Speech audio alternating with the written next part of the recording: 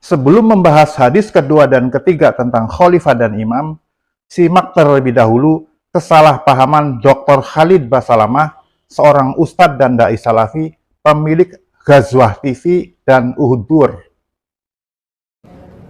Gimana dengan umat Islam sekarang? Baiatnya kepada siapa? Jokowi atau ulama? Kira-kira kepada siapa? Ya Jokowi lah. Jelas pemimpin kita, gitu kan? Jelas pemimpin. Sudah sekarang umat Islam ini saya sarankan tidak usah buat masalah, jalanin kehidupan bersama pimpinan. Kalau ada sesuatu yang buruk bertolak belakang dengan agama, tidak dipatuhin. Kalau semua bertolak belakang bersamaan dengan agama, patuhi. Karena itu perintah Allah. Ya alladzina amanu atti'ullaha wa atti'ur rasulah ulil amri minkum. Ya, taati, hai orang beriman, taati Allah Rasul dan pemimpin kalian. Dan memang beliau pemimpin kita sekarang. Kenapa nggak dipatuhi? Apa alasannya? Nggak. Hadis yang kedua, hadis sahih yang diriwayatkan oleh Imam Muslim, Imam Baihaqi, dan Imam Abu Awanah dari Abu Sa'id Al-Khudri radhiyallahu anhu. Idza bu'iya li khalifataini faqtulul akhara minhuma. Apabila ada dua khalifah yang dibaiat, maka bunuhlah yang terakhir dari keduanya. Jika dalam hadis yang pertama pada bagian 2, Rasulullah SAW memerintahkan kaum muslim untuk berbaiat atau berjanji setia kepada khalifah-khalifah satu persatu, maka dalam hadis yang kedua ini, Rasulullah menegaskan bahwa dalam satu masa hanya boleh ada satu khalifah. Jika ada khalifah lain yang dibaiat atau diangkat dalam masa yang bersamaan, maka khalifah yang lain ini tidak sah. Dan jika ia tetap membangkang, maka ia wajib dibunuh agar persatuan kaum muslim tetap terjaga. Kemudian hadis yang ketiga, hadis sahih yang diriwayatkan oleh Imam Muslim, Imam Ahmad, Imam Nasai, Imam Ibnu Majah, dan Imam Abu Dawud dari Abdullah bin Amr radhiyallahu anhu. Wa man baya'a imaman fa'atahu safqata yadihi wa thamarata qalbihi falyuti'hu in istata'a. Fa in jaa'a akhar yunazi'uhu fadribuhu unuqal akhar. Siapa yang membaiat seorang imam lalu ia memberikan kepadanya genggaman tangannya dan ketulusan hatinya, maka hendaklah ia menaati imam tersebut selama ia mampu. Jika datang orang lain yang hendak menyainginya, maka penggalah leher orang lain itu. Hadis yang ketiga ini semakna dengan hadis yang kedua, yang menunjukkan bahwa khalifah dan imam itu adalah sinonim atau memiliki makna yang sama. Jadi, khalifah itu ya imam, imam itu ya khalifah. Berdasarkan hadis yang pertama, kedua, dan ketiga ini, maka perlu diketahui bahwa tidak ada baiat kecuali kepada khalifah atau imam.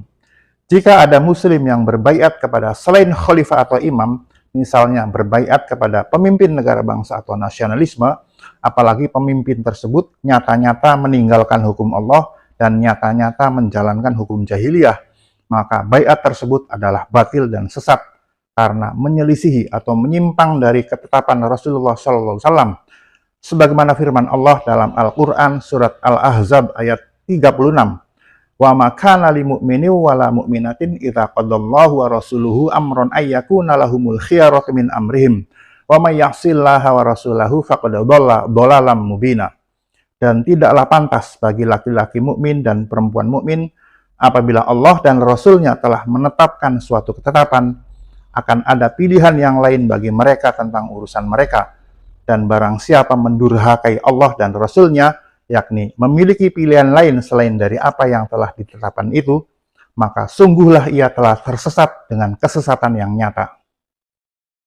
Terkait dengan kesalahpahaman Khalid Basalamah tentang baiat dan ulil amri tersebut, ada 3 hal yang ingin saya luruskan. Yang pertama, sebagaimana sudah dijelaskan bahwa baiat hanya disyariatkan kepada khalifah atau imam, maka baiat kepada selain khalifah atau imam, seperti baiat kepada pemimpin negara bangsa atau nasionalisme, yang dalam hal ini adalah baiat kepada Presiden Jokowi ketika dia masih menjabat sebagai Presiden negara bangsa atau nasionalisme, adalah batil dan sesat, karena menyelisihi atau menyimpang dari ketetapan Rasulullah SAW tentang baiat.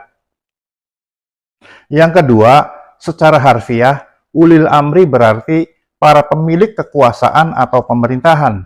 Sebagaimana sudah dijelaskan pada bagian 2 bahwa khalifah adalah jabatan penguasa atau kepala pemerintahan bagi kaum muslim setelah wafatnya Nabi Muhammad SAW, Maka yang dimaksud dengan ulil amri dalam Al-Quran surat An-Nisa ayat 59 adalah khalifah-khalifah dan jabatan-jabatan di bawahnya. Bukan pemimpin negara-negara bangsa atau nasionalisme seperti raja, presiden, perdana menteri, dan lain-lain. Karena konsep negara bangsa atau nasionalisme seperti Arab Saudi, Mesir, Suriah, Pakistan, Malaysia, dan lain-lain bukanlah ajaran Islam, bahkan menyelisih atau menyimpang dari firman Allah dalam Al-Quran surat Ali Imran ayat 103 dan Asy-Syura ayat 13 sebagaimana ayatnya sudah saya bacakan pada bagian 2. Dan yang ketiga, secara istilah ulil amri adalah penguasa atau pemerintah atau pemimpin yang memimpin dengan kitabullah dan sunnah rasulnya berdasarkan firman Allah dalam Al-Quran surat An-Nisa ayat 59. Ya ayyuhalladzina amanu athi'ullaha wa athi'ur rasula wa ulil amri minkum fa in tanaza'tum fi syai'in farudduhu ilallahi war rasuli in kuntum tu'minuna billahi wal yaumil akhir dzalika khairu wa ahsanu ta'wila. Wahai orang-orang yang beriman, taatilah Allah dan taatilah Rasul dan ulil amri di antara kalian. Kemudian jika kalian berlainan pendapat tentang sesuatu, maka kembalikanlah ia kepada Allah, yaitu kitabullah, dan Rasul, yaitu sunnah Rasulnya, jika kalian benar-benar beriman kepada Allah dan hari akhirat. Yang demikian itu lebih utama dan lebih baik akibatnya. Sedangkan pemimpin yang memimpin dengan selain kitabullah dan sunnah Rasulnya bukanlah ulil amri, karena statusnya bukanlah orang yang benar-benar beriman kepada Allah dan hari akhirat, sebagaimana dijelaskan dalam ayat tersebut. Pemimpin yang memimpin dengan selain kitabullah dan sunnah Rasulnya, seperti para pemimpin negara-negara demokrasi, disebut taghut berdasarkan firman Allah dalam Al-Quran surat An-Nisa ayat 60. Alam taro ilal ladzina yaz'umuna annahum amanu bima unzila ilaika wa ma unzila min qablika yuriduna ayyatahakamu ila taghuti wa qad umiru ayyakfuru bih wa yuridu syaitanu ayyudillahum dhalalan ba'ida.